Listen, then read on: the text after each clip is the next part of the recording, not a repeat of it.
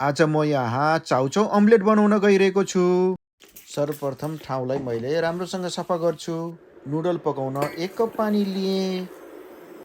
आफूलाई मनपर्ने चाउचाउ लिन्छु र यसलाई मैले यहाँ साना टुक्रा पार्न लागिरहेको छु।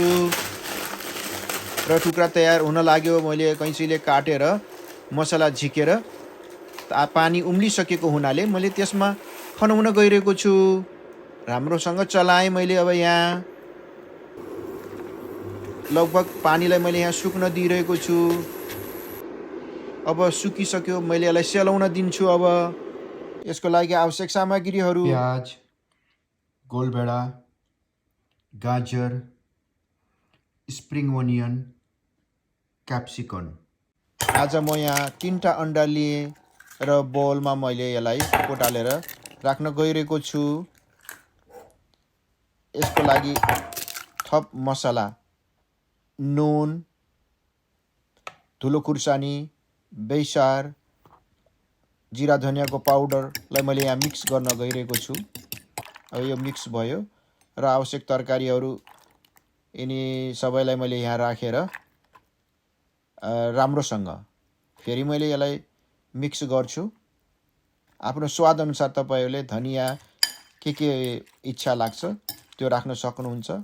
र मैले अन्तिममा नुडललाई यहाँ राखेँ र राम्रोसँग मिक्स गर्न गइरहेको छु। लगभग यो मिक्सर चाहिँ तयार हुन गइसकेको छ। प्यान तातिसक्यो। मैले 1 चम्चा बटर यसमा राखेँ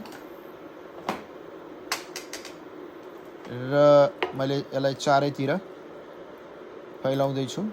बटरको सट्टा तेल पनि राख्न सक्नुहुन्छ। मैले यसमा प्यानमा अम्लेटलाई राम्रोसँग फैलाउन गइरहेको छु। बिस्तारै गर्नुपर्ने हुन्छ यो काम।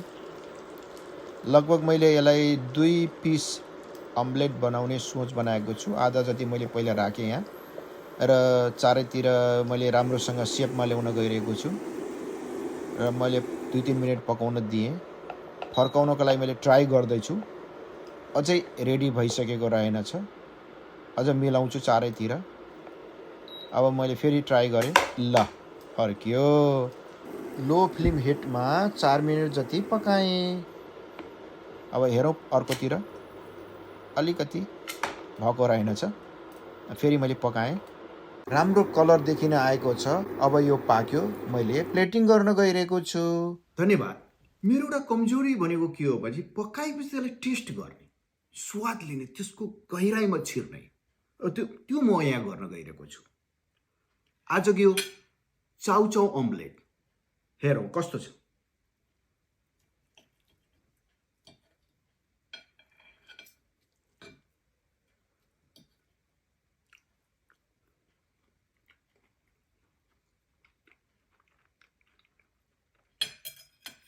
Mind blowing.